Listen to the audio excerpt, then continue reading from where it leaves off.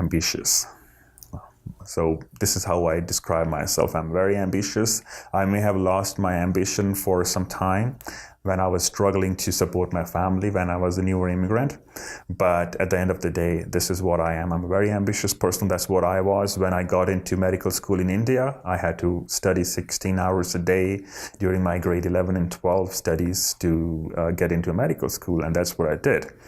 And I did lose my spark, my passion for a little while. But it's back again, and I'm in the game again.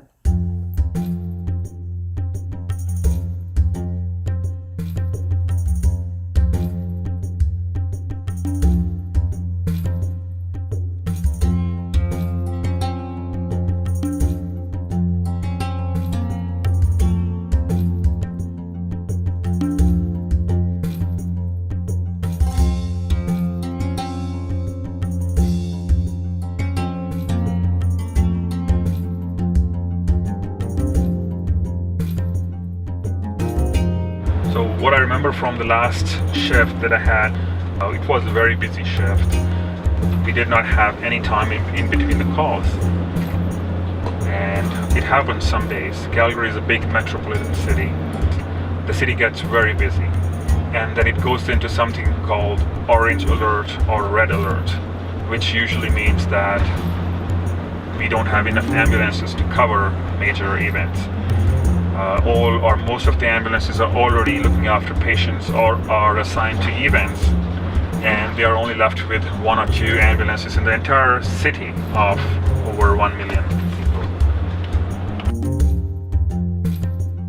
I am in the emergency medical services.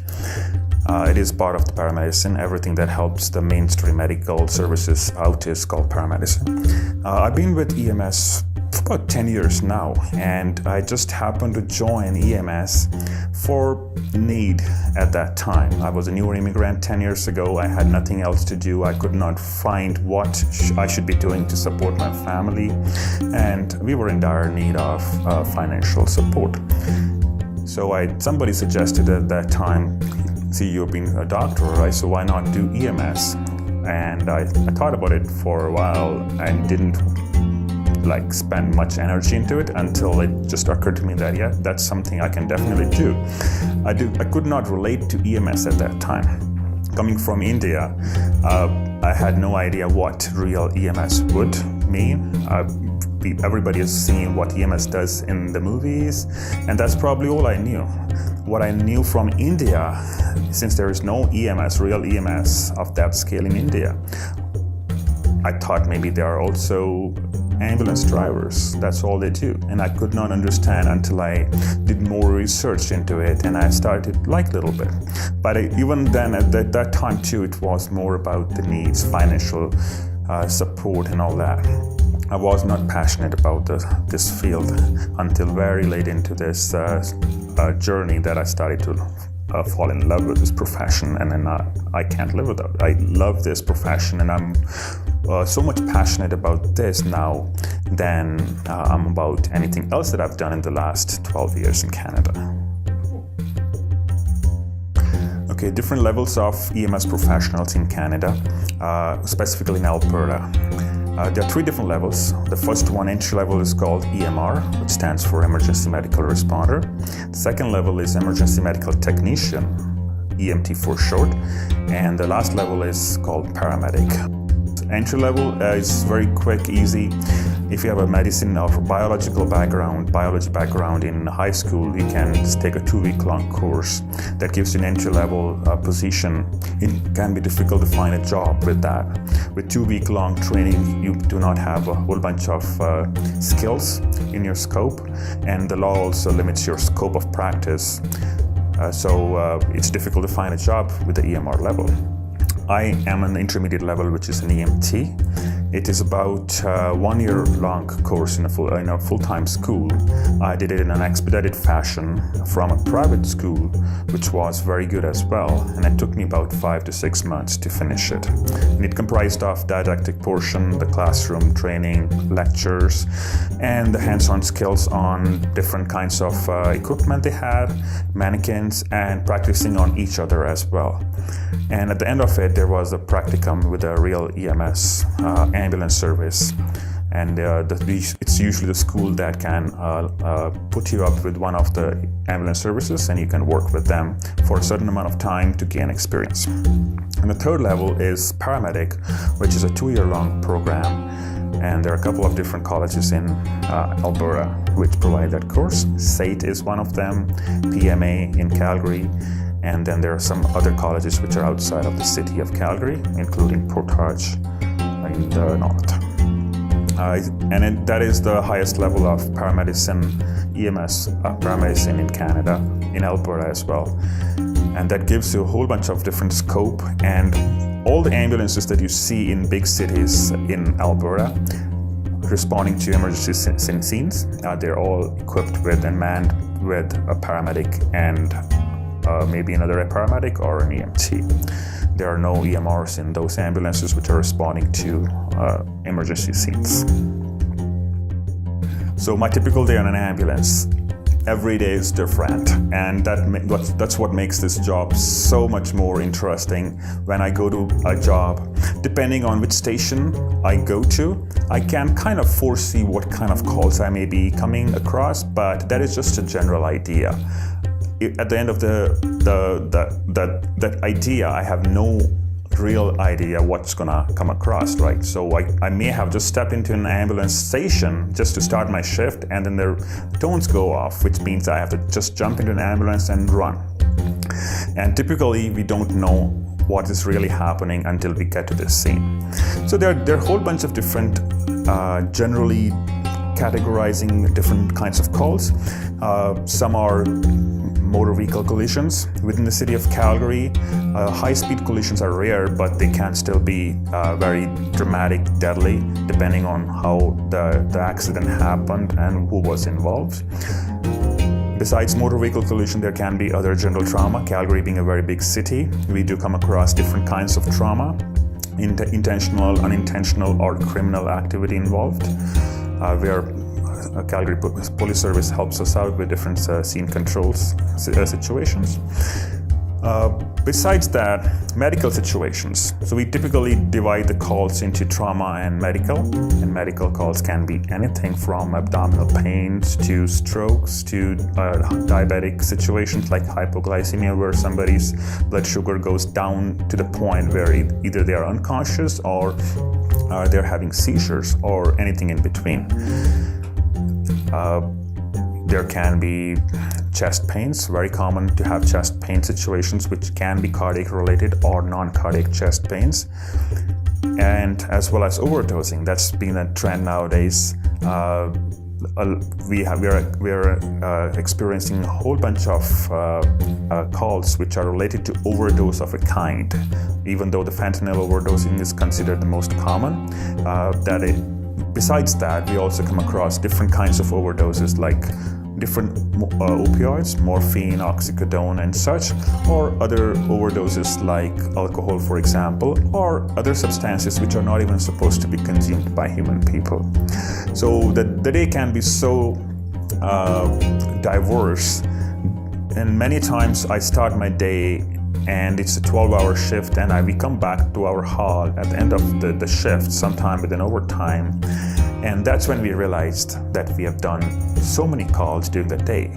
And because of the number of calls and usually them being back to back without much time in between the calls, the day goes by very quick, and that also leaves a very good experience in everybody's hands by the end of the day.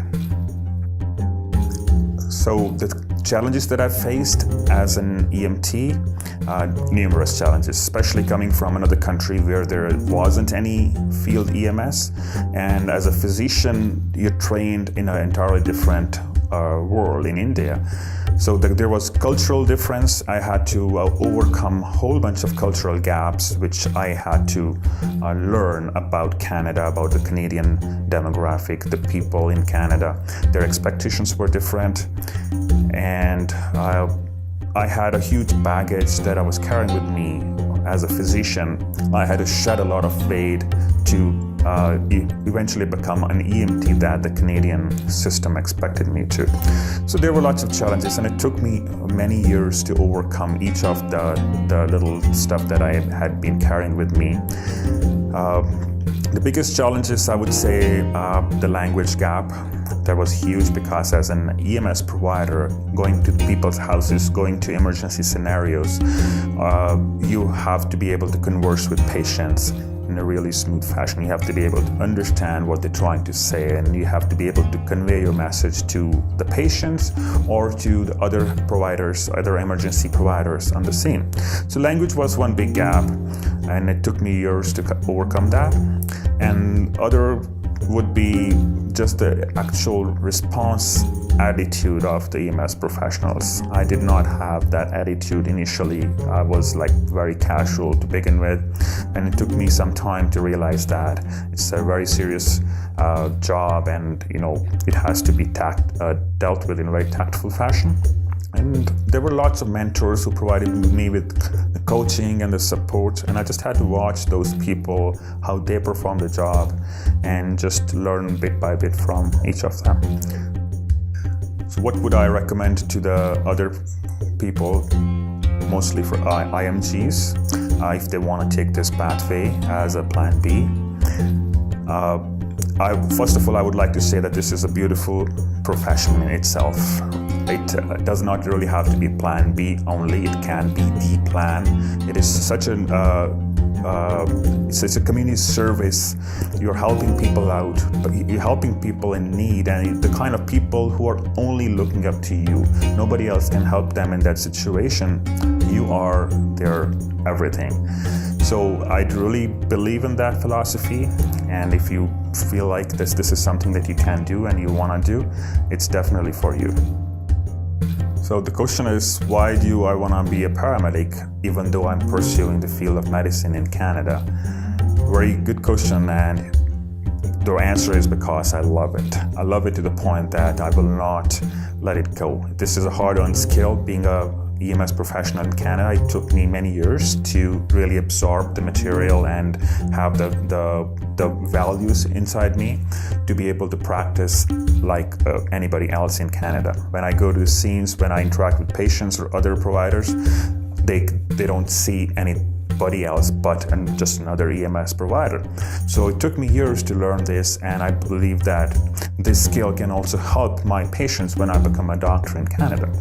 So these two skills, I want to carry them at the same time. I do not want to go one or the other. When I'm able to practice as a doctor after my residency, I will continue to practice as a paramedic on the side, even if that means working 2 or 3 days in a month, working for an ambulance service or working for a rotary wing ambulance, for example, at STARS in Alberta. But I would like to carry on both at the same time because both have a unique flavor to them, and both skills acquired in each of them can be used to help patients or other people in other fields as well. So as a family doctor, I may not have all the skills to practice as an emergency provider, and similarly as a paramedic, I do not have the entire scope to help people with the same level that the doctor can. But if I have both the skills, and I'm also legally practicing with the licenses in both professions, I can utilize the great aspects of both professions and help people to one extra level.